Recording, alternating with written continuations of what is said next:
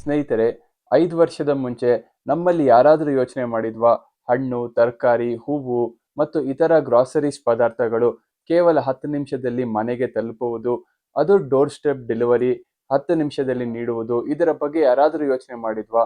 ಖಂಡಿತವಾಗ್ಲೂ ಇಲ್ಲ. ಆದರೆ ಇದನ್ನ ಸಾಧ್ಯ ಮಾಡಿ ತೋರಿಸಿದ ಕಂಪನಿ ಯಾವುದು? ಇದರ ಸದ್ಯದ ಇವ್ಯಾಲ್ಯೂಯೇಷನ್ ಎಷ್ಟು?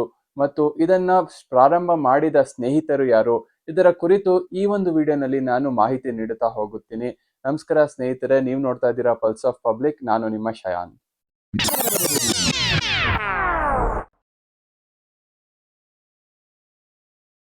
ಕೈವಾಲ್ಯ ವೋಹ್ರಾ ಮತ್ತು ಅದಿತ್ ಪಂಚಾಲ್ ರವರು ಸ್ಟಾರ್ಟ್ ಮಾಡಿದ ಮೊಟ್ಟ ಮೊದಲ ಕಂಪನಿಯೇ ಝೆಪ್ಟೋ. ಆದರೆ ಝೆಪ್ಟೋಗಿಂತ ಮುಂಚೆ ಕಿರಾನಾ ಕಾರ್ಟ್ ಎನ್ನುವುದ್ರ ಬಗ್ಗೆ ಯಾರಾದರೂ ಕೇಳಿದ್ರಾ? ಇಲ್ಲ. ಈ ಕುರಿತು ಇಂಚಿಂಚು ಮಾಹಿತಿಯನ್ನ ಈ ವಿಡಿಯೋನಲ್ಲಿ ನೀಡುತ್ತಾ ಹೋಗುತ್ತೀನಿ. ವಿಡಿಯೋ ಸ್ಕಿಪ್ ಮಾಡದೆ ಪೂರ್ತಿ ನೋಡಿ. ಇ ಕಾಮರ್ಸ್ ಅಥವಾ ಎಲೆಕ್ಟ್ರಾನಿಕ್ ಕಾಮರ್ಸ್ನ ಜಗತ್ತಿನಲ್ಲಿ ಆಗುತ್ತಿರುವ ಬದಲಾವಣೆಗಳನ್ನು ಗಮನಿಸಿರ್ತಾರೆ. ಫ್ಲಿಪ್ಕಾರ್ಟ್ ಇಂಟ್ರೊಡ್ಯೂಸ್ ಆಗಿರುತ್ತೆ. ಫ್ಲಿಪ್ಕಾರ್ಟ್ ತನ್ನ ಪ್ರಾಡಕ್ಟ್ಸ್ ಅನ್ನ ಡೆಲಿವರಿ ಮಾಡುವ ಸ್ಪ್ಯಾಮ್ ಆಫ್ ಟೈಮ್ ಅನ್ನ ಇಬ್ರು ಸ್ನೇಹಿತರು ಕೂಡ ಗಮನಿಸಿರ್ತಾರೆ. ತದನಂತರ ಬಿಗ್ ಬಾಸ್ಕೆಟ್ ಇಂಟ್ರೊಡ್ಯೂಸ್ ಆಗಿರುತ್ತೆ. ಬಿಗ್ ಬಾಸ್ಕೆಟ್ ನಲ್ಲಿ ಅವರು ಕೂಡ ಡೆಲಿವರಿ ಮಾಡುವ ಸ್ಪ್ಯಾಮ್ ಆಫ್ ಟೈಮ್ ಏನಿದೆ ಫ್ಲಿಪ್ಕಾರ್ಟ್ ಇಂದ ಒಂದ್ ಸ್ವಲ್ಪ ಕಡಿಮೆ ಆಗಿರುತ್ತೆ. ಇದನ್ನು ಕೂಡ ಬಹುಶಃ ಇವರು ಗಮನಿಸಿರ್ತಾರೆ. ತದನಂತರ ಇವ್ರು ಬರುವ ಕನ್ಕ್ಲೂಷನ್ ಒಂದೇ, ನಾವು ಇದನ್ನು ಕೂಡ ಮೀರಿ ಒಂದು ದೊಡ್ಡದಾದ ಒಂದು ಕ್ರಾಂತಿಕಾರಿ ಹೆಜ್ಜೆಯನ್ನು ಇಡುವ ಮುಖಾಂತರ ಗೆಲುವು ಸಾಧಿಸಬೇಕು. ಮೂಲತಃ ಇಬ್ಬರು ಮುಂಬೈಯವರು ಆಗಿದ್ದರೂ ಕೂಡ ಸಾಕಷ್ಟು ಕಾಲ ಅವರು ದುಬೈಯಲ್ಲಿ ಕಳೀತಾರೆ. ದುಬೈಯಲ್ಲಿ ಟೆಕ್ನಾಲಜಿ ಕುರಿತು ಉತ್ಸಾಹ, ಟೆಕ್ನಾಲಜಿ ಕುರಿತು ಜ್ಞಾನ ಸಾಕಷ್ಟು ಇಬ್ಬರಲ್ಲೂ ಇದ್ದೇ ಇರುತ್ತೆ. ತದನಂತರ ಕಂಪ್ಯೂಟರ್ ಸೈನ್ಸ್ ಎನ್ನುವ ಒಂದು ವಿದ್ಯಾಭ್ಯಾಸಕ್ಕೋಸ್ಕರ ಸ್ಟ್ಯಾನ್ಫರ್ಡ್ ಯೂನಿವರ್ಸಿಟಿಯನ್ನ ಇಬ್ಬರು ಕೂಡ ಆಯ್ಕೆ ಮಾಡ್ಕೊತಾರೆ. ಇಬ್ಬರು ಕೂಡ ಸೆಲೆಕ್ಟ್ ಆಗ್ತಾರೆ. ಮಹಾಮಾರಿ ಕೋವಿಡ್ನ ಸಮಯದಲ್ಲಿ ಇಬ್ಬರು ಸ್ನೇಹಿತರು ಕೂಡ ಮತ್ತೆ ಮುಂಬೈಗೆ ತಲುಪುವ ಸ್ಥಿತಿ ಬಂದೇ ಬರುತ್ತೆ. ತದನಂತರ ಅವ್ರು ಮುಂಬೈಯಲ್ಲಿ ಬಂದು ಕೋವಿಡಿನ ಸಮಯ ಇರುತ್ತೆ. ಆ ಮಹಾಮಾರಿಯ ಸಮಯದಲ್ಲಿ ಮುಂಬೈಯಲ್ಲೇ ಇರ್ತಾರೆ. ಮುಂಬೈಯಲ್ಲಿ ಅವರು ಸುಮ್ಮನೆ ಇರಲ್ಲ. ಸಾಕಷ್ಟು ಒಂದು ಅವರ ಸರೌಂಡಿಂಗ್ಸ್ ನಲ್ಲಿ ಆಗ್ತಿರೋ ಬದಲಾವಣೆ ಏನು, ಜನರ ವರ್ತನೆ ಏನು, ಅವರು ಫೇಸ್ ಮಾಡ್ತಿರೋ ಪ್ರಾಬ್ಲಮ್ಸ್ ಏನು, ಎಲ್ಲವನ್ನು ಕೂಡ ಇವರು ಗಮನಿಸ್ತಾ ಹೋಗ್ತಿರ್ತಾರೆ. ಕೋವಿಡ್-19 ಎನ್ನುವ ಮಹಾಮಾರಿಯ ಸಮಯದಲ್ಲಿ ಲಾಕ್ಡೌನ್ ಕೂಡ ಆಗತ್ತೆ. ಲಾಕ್ಡೌನ್ ಆದ ನಂತರ ಸಾಕಷ್ಟು ಜನ ಮನೆಯಿಂದ ಆಚೆ ಹೋಗೋಕೆ ಎದುರ್ತಿರ್ತಾರೆ. ನಾವು ಕೂಡ ಈ ಒಂದು ಸಮಸ್ಯೆಯನ್ನ ಗಮನಿಸಿದ್ವಿ. ನಾವೆಲ್ಲರೂ ಕೂಡ ಫೇಸ್ ಅನ್ನು ಕೂಡ ಮಾಡಿದ್ವಿ. ಆದ್ರೆ ಇಬ್ರು ಸ್ನೇಹಿತರು ಈ ಒಂದು ಸಮಯದಲ್ಲಿ ಗಮನಿಸಿದಾದ್ರೆ ವಿಷಯನೇ ಡಿಫ್ರೆಂಟ್. ಏನಂತ ಹೇಳಿದ್ರೆ, ಸಾಕಷ್ಟು ಜನ ಆಚೆ ಹೋಗಲು ಹೆದರ್ತಿರುವ ಸಮಯದಲ್ಲಿ ಎಲ್ಲರೂ ಕೂಡ ಆನ್ಲೈನ್ ಶಾಪಿಂಗ್ ಅನ್ನ ಪ್ರಿಫರ್ ಮಾಡ್ತಾರೆ. ಆದ್ರೆ ಆನ್ಲೈನ್ ಶಾಪಿಂಗಿನ ಸಮಯ 6ರಿಂದ 7 ದಿವಸ ಆಗಿರುತ್ತೆ. ಈ ಒಂದು ವಿಷಯವನ್ನ ಇವರು ಸ್ಟ್ರೆಸ್ ಮಾಡಿ ಗಮನಿಸಿರ್ತಾರೆ. ತದನಂತರ ಇವರು ಕೂಡ ಡೆಲಿವರಿ ಮಾಡಲು ಸಾಕಷ್ಟು ಕಡೆ ಹೋಗ್ತಾರೆ. ಆಮೇಲೆ ಜನರೊಂದಿಗೆ ಮಾತನಾಡ್ತಾರೆ. ಆವಾಗ ಅವರು ಕನ್ಕ್ಲೂಷನ್ ಮಾಡುತ್ತಾ ಬಂದಿದ್ದು, ಅವರು ಒಂದು ಪ್ಲಾಟ್ಫಾರ್ಮ್ ಅನ್ನ ಸ್ಟಾರ್ಟ್ ಮಾಡೋಣ, ಅದೇ ಕಿರಾನಾ ಕಾರ್ಟ್.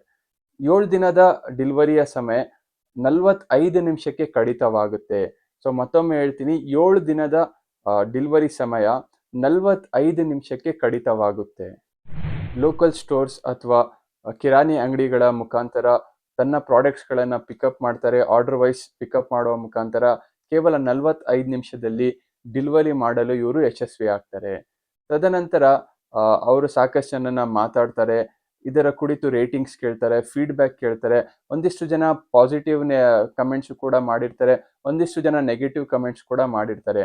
ಆದರೆ ಡಿಮ್ಯಾಂಡ್ ಇನ್ಕ್ರೀಸ್ ಆದ ನಂತರ ಅವ್ರೇನ್ ಮಾಡ್ತಾರೆ ಅಂದ್ರೆ, ಕೋವಿಡ್ ಸಮಯದಲ್ಲೇ ಡೆಲಿವರಿ ಪಾರ್ಟ್ನರ್ಸ್ ಅನ್ನು ಕೂಡ ಹೈರ್ ಮಾಡ್ತಾರೆ. ಡೆಲಿವರಿ ಪಾರ್ಟ್ನರ್ಸ್ ಕೂಡ ಒಂದಿಷ್ಟು ಮಂದಿಯನ್ನ ಮಾತಾಡ್ಸ್ತಾರೆ. ಸೊ ಆ ಕಸ್ಟಮರ್ಸ್ ಅನ್ನ ಮಾತಾಡ್ಸಿದಾಗ ಒಂದಿಷ್ಟು ಜನ ಹೇಳೋದು, ಕೋವಿಡ್ ನಂತರ ಯಾರು ಇದನ್ನ ಪ್ರಿಫರ್ ಮಾಡಲ್ಲ, ಯಾಕಂದ್ರೆ 45 ಮಿನಿಟ್ಸ್ ಅಲ್ಲಿ ನಾವೇ ಹೋಗಿ ಆ ಪದಾರ್ಥಗಳನ್ನ ತರಬಹುದು ಎಂದು ಕೂಡ ಸಾಕಷ್ಟು ಮಂದಿ ಹೇಳಿರ್ತಾರೆ. ಆದ್ರೆ ಇನ್ನ ದೊಡ್ಡ ಮಟ್ಟದಾಗಿ ನಾವು ಯೋಚನೆ ಮಾಡಿ ಈ ಒಂದು ಫೀಡ್ಬ್ಯಾಕ್ಸ್ ಇಂದ ಏನಿದೆ, ಇಬ್ರು ಸ್ನೇಹಿತರು ಒಂದು ಕನ್ಕ್ಲೂಷನ್ ಮತ್ತೆ ಇನ್ನೊಂದು ಕನ್ಕ್ಲೂಷನ್ ಬರ್ತಾರೆ. ಈ ಒಂದು ಫೀಡ್ಬ್ಯಾಕ್ಸ್ ಅನ್ನ ಕಲೆಕ್ಟ್ ಮಾಡುವ ಮುಖಾಂತರ 45 ನಿಮಿಷ ಇರೋದನ್ನು ನಾವು ಇನ್ನಷ್ಟು ಕಡಿತ ಮಾಡಿದ್ರೆ ನಮ್ಗಿನ್ನೂ ಕಸ್ಟಮರ್ಸ್ ಜಾಸ್ತಿ ಆಗ್ತಾರೆ ಅಂತ ಯೋಚನೆ ಮಾಡಿ ಅವ್ರು ಸ್ಟಾರ್ಟ್ ಮಾಡಿದ ಬಿಸ್ನೆಸ್ ಮಾಡೆಲ್ಲೇ ಡಾರ್ಕ್ ಸ್ಟೋರ್ ಮಾಡೆಲ್.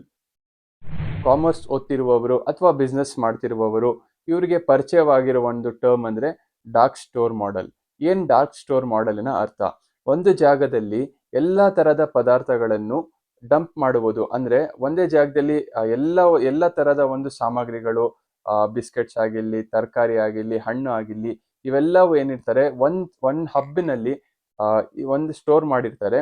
ಆದರೆ ಇದರ ಕಂಡೀಷನ್ ಏನಂದ್ರೆ ಇಲ್ಲಿ ಯಾರು ಎಂಪ್ಲಾಯೀಸ್ ವರ್ಕ್ ಮಾಡ್ತಾರೆ ಅವರು ಒಬ್ಬರೇ ಪ್ರವೇಶ ಇರತ್ತೆ.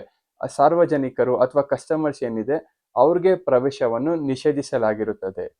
ಡಾರ್ಕ್ ಸ್ಟೋರ್ ಮಾಡೆಲ್ ಮುಖಾಂತರ ಕಿರಾಣಾ ಕಾರ್ಡ್ಗೆ ಒಂದಿಷ್ಟು ಬಲ ಸಿಗುತ್ತೆ ಮತ್ತು ಡೆಲಿವರಿ ಸಮಯ ಕಡಿತವಾಗುತ್ತೆ ಹಾಗೂ ನೆಗೆಟಿವ್ ಇರುವ ಕಮೆಂಟ್ಸ್ ಏನಿದೆ ಪಾಸಿಟಿವ್ ಆಗಿ ಕನ್ವರ್ಟ್ ಆಗುತ್ತೆ. ತದನಂತರ ಈ ಕಿರಾಣಾ ಕಾರ್ಟ್ ಅನ್ನು ಸ್ಟಾಪ್ ಮಾಡಿ ಇಂಟ್ರೊಡ್ಯೂಸ್ ಮಾಡಲಾಗಿದ್ದೆ ಜೆಪ್ಟೋ. ಸದ್ಯ ನಮ್ಮೆಲ್ರಿಗೂ ಜೆಪ್ಟೋ ಎನ್ನುವ ಟರ್ಮ್ ಏನಿದೆ ಅಥವಾ ಆ್ಯಪ್ ಏನಿದೆ ನಮ್ಮೆಲ್ರಿಗೂ ಪರಿಚಯ ಇದ್ದೇ ಇರುತ್ತೆ. ನಾವು ಪ್ರತಿನಿತ್ಯ ಏನಾದರೂ ಒಂದು ಪದಾರ್ಥವನ್ನು ಆರ್ಡರ್ ಮಾಡಬೇಕು ಅಥವಾ ಒಂದು ಹಣ್ಣು ಆರ್ಡರ್ ಮಾಡಬೇಕು, ಒಂದು ಮಿಲ್ಕ್ ಆರ್ಡರ್ ಮಾಡಬೇಕಂದ್ರೂ ಕೂಡ ಜೆಪ್ಟೋವನ್ನು ಪ್ರಿಫರ್ ಮಾಡ್ತೀವಿ. ಜೆಪ್ಟೋ ಏನಿದೆ ಇಟ್ಸ್ ಎ ಸಕ್ಸಸ್ಫುಲ್ ಕಂಪನಿ ಅಂತಾನೆ ಹೇಳ್ಬೋದು. ಜೆಪ್ಟೋ ಪ್ರತಿನಿತ್ಯ ಯೂಸ್ ಮಾಡುವವರು ನಮ್ಮೆಲ್ಲರಿಗೂ ತಿಳಿದಿರಬೇಕು 10 ಸಿಟಿಗಳಲ್ಲಿ ಈಗ ಸದ್ಯಕ್ಕೆ ಭಾರತದ 10 ಸಿಟಿಗಳಲ್ಲಿ ಜೆಪ್ಟೋ ಆಪರೇಟ್ ಆಗ್ತಾ ಇದೆ. ಬೆಂಗಳೂರು ಕೂಡ ಅದರಲ್ಲಿ ಸೇರ್ಪಡೆ ಆಗಿದೆ. ಬೆಂಗಳೂರು, ಮುಂಬೈ, ಕೋಲ್ಕತ್ತಾ, ನಾಯ್ಡಾ ಮತ್ತೆ ಘಾಜಿಯಾಬಾದ್ ಸಾಕಷ್ಟು ಸಿಟಿಗಳಲ್ಲಿ ಜೆಪ್ಟೋನ ಅವೈಲಬಿಲಿಟಿ ಇದೆ. ಆದರೆ ಒಂದಿಷ್ಟು ಪಿನ್ ಕೋಡ್ಗಳಲ್ಲಿ ಜೆಪ್ಟೋನ ಡೆಲಿವರಿ ಸರ್ವಿಸಸ್ ಅವೈಲೇಬಲ್ ಇಲ್ಲ. ಆದರೆ ಜೆಪ್ಟೋ ಇನ್ಮುಂದೆ ಅಲ್ಲೂ ಕೂಡ ಡೆಲಿವರಿ ಮಾಡಬೇಕು, ಅಲ್ಲೂ ಕೂಡ ಇಂಟ್ರೊಡ್ಯೂಸ್ ಆಗಬೇಕು, ಮತ್ತೆ ಅಲ್ಲಿರುವ ಜನರಿಗೆ ಸರ್ವಿಸ್ ತಲುಪಿಸ್ಬೇಕೆಂದು ಕೂಡ ಪ್ಲಾನ್ ಅಲ್ಲಿ ಕೂಡ ಇದೆ ಎನ್ನುವ ಮಾಹಿತಿ ಇದೆ. ಕೇವಲ 10 ನಿಮಿಷದಲ್ಲಿ ಜೆಪ್ಟೋ ಹೇಗೆ ಪ್ರಾಡಕ್ಟ್ಸ್ ಡೆಲಿವರಿ ಮಾಡುತ್ತೆ. ನಾವು ಪರ್ಚೇಸ್ ಮಾಡುವ ಪ್ರಾಡಕ್ಟ್ಸ್ ಏನಿದೆ ಆ ಪರ್ಚೇಸ್ ಮಾಡಿದ ಕೂಡಲೇ ಡಾರ್ಕ್ ಸ್ಟೋರ್ ಹೌಸ್ನಲ್ಲಿ ವರ್ಕ್ ಮಾಡುತ್ತಿರುವ ಎಂಪ್ಲಾಯೀಸ್ಗೆ ಒಂದು ನೋಟಿಫಿಕೇಶನ್ ಹೋಗುತ್ತೆ. ಆ ನೋಟಿಫಿಕೇಶನ್ ಅನ್ನ ಅವರು ಎಕ್ಸೆಪ್ಟ್ ಮಾಡ್ಕೊತಾರೆ. ತದನಂತರ 57 ಸೆಕೆಂಡ್ಸ್, ಆ 57 ಸೆಕೆಂಡ್ಸ್ ಏನಿದೆ ತುಂಬಾ ಪ್ರಿಷಿಯಸ್ ಆಗಿರುತ್ತೆ. 57 ಸೆಕೆಂಡ್ಸ್ ಒಳಗಡೆ ಅವ್ರ ಪ್ಯಾಕೇಜಿಂಗಿನ ಸಮಯವಾಗಿರುತ್ತೆ. ನಾವು ಆರ್ಡರ್ ಮಾಡಿರೋ ಒಂದು ಪ್ರಾಡಕ್ಟ್ಸನ್ನು 57 ಸೆಕೆಂಡ್ಸ್ನಲ್ಲಿ ಅವ್ರು ಪ್ಯಾಕ್ ಮಾಡ್ತಾರೆ. ತದನಂತರ ಡೆಲಿವರಿ ಪಾರ್ಟ್ನರನ್ನು ಅಸೈನ್ ಮಾಡ್ತಾರೆ. ಡೆಲಿವರಿ ಪಾರ್ಟ್ನರ್ ಅಸೈನ್ ಮಾಡಿದ ಕೂಡಲೇ ಅವ್ರ ಕೆಲಸ ಮುಗೀತು ಎನ್ನುವುದಾದರೆ ಆ ಮಾಹಿತಿ ತಪ್ಪು. ಏಕಂತ ಹೇಳಿದ್ರೆ ನಮ್ಮ ಮನೆಯ ಬಾಗಿಲುವರೆಗೂ ಪ್ರಾಡಕ್ಟ್ಸ್ ರೀಚ್ ಆಗೋವರೆಗೂ ಅದರ ರೆಸ್ಪಾನ್ಸಿಬಿಲಿಟಿ ಜೆಪ್ಟೋ ಅವ್ರದ್ದಾಗಿರುತ್ತೆ. ನಾವು ಒಂದಿಷ್ಟು ಸರಿ ನೋಡಿರ್ತೀವಿ ಜೆಪ್ಟೋ ಅಲ್ಲಿ ಆರ್ಡರ್ ಮಾಡುವ ಪ್ರಾಡಕ್ಟ್ 6 ಮಿನಿಟ್ಸ್ 7 ಮಿನಿಟ್ಸ್ ಅಲ್ಲೂ ಕೂಡ ರೀಚ್ ಆಗಿರುತ್ತೆ. ಯಾಕಂತ ಹೇಳಿದ್ರೆ ಜೆಪ್ಟೋ ಹಬ್ಬಲ್ಲಿ ಏನಿದೆ ಯಾರು ವರ್ಕ್ ಮಾಡ್ತಿರ್ತಾರೆ ಅವರು ಮಾಹಿತಿಯನ್ನು ನೀಡ್ತಿರ್ತಾರೆ. ಯಾವ ರೂಟಲ್ಲಿ ಹೋದರೆ ಬೇಗ ಪ್ರಾಡಕ್ಟ್ಸ್ ಡೆಲಿವರಿ ಆಗುತ್ತೆ ಆ ಒಂದು ಮಾಹಿತಿಯನ್ನು ಕೂಡ ಜೆಪ್ಟೋ ಹಬ್ನಲ್ಲಿ ಡಾರ್ಕ್ ಸ್ಟೋರ್ನಲ್ಲಿ ವರ್ಕ್ ಮಾಡುತ್ತಿರುವವರು ನೀಡ್ತಿರ್ತಾರೆ. ಅದನ್ನು ಕೂಡ ಪ್ರಾಡಕ್ಟಿನ ಪ್ರತಿ ಹೆಜ್ಜೆಗೂ ಕೂಡ ಅವರು ಟ್ರ್ಯಾಕ್ ಮಾಡ್ತಿರ್ತಾರೆ. ಸ್ನೇಹಿತರೆ, ಜೆಪ್ಟೋ ಕಂಪನಿ ಬಗ್ಗೆ ಎಷ್ಟೊತ್ತು ಮಾಹಿತಿ ನೀಡಿದೆ. ಇದರ ಸದ್ಯದ ಇವ್ಯಾಲ್ಯೂಯೇಷನ್ 7 ಬಿಲಿಯನ್ ಆಗಿದೆ. 40% ಅಷ್ಟು ಏರಿಕೆ ನಾವು ನೋಡಬಹುದಾಗಿದೆ. ಈ ಒಂದು ವಿಡಿಯೋ ನಿಮ್ಗೆ ಯೂಸ್ಫುಲ್ ಅನಿಸಿದ್ರೆ ದಯಮಾಡಿ ವಿಡಿಯೋನ ಶೇರ್ ಮಾಡಿ ಮತ್ತು ಮತ್ತಿಷ್ಟು ವಿಡಿಯೋಗಳನ್ನು ನಾನು ತರ್ತಿರ್ತೀನಿ. ತದನಂತರ ನನ್ನ ಚಾನಲನ್ನು ಕೂಡ ಇನ್ನೂ ಸಬ್ಸ್ಕ್ರೈಬ್ ಮಾಡಿಲ್ಲ ಅಂದರೆ ಈ ಕೂಡಲೇ ಚಾನಲನ್ನು ಸಬ್ಸ್ಕ್ರೈಬ್ ಮಾಡಿ, ಲೈಕ್ ಮಾಡಿ, ಶೇರ್ ಮಾಡಿ ಹಾಗೂ ಪಲ್ಸ್ ಆಫ್ ಪಬ್ಲಿಕ್ ಅನ್ನು ಪ್ರೋತ್ಸಾಹಿಸಿ. ಧನ್ಯವಾದ.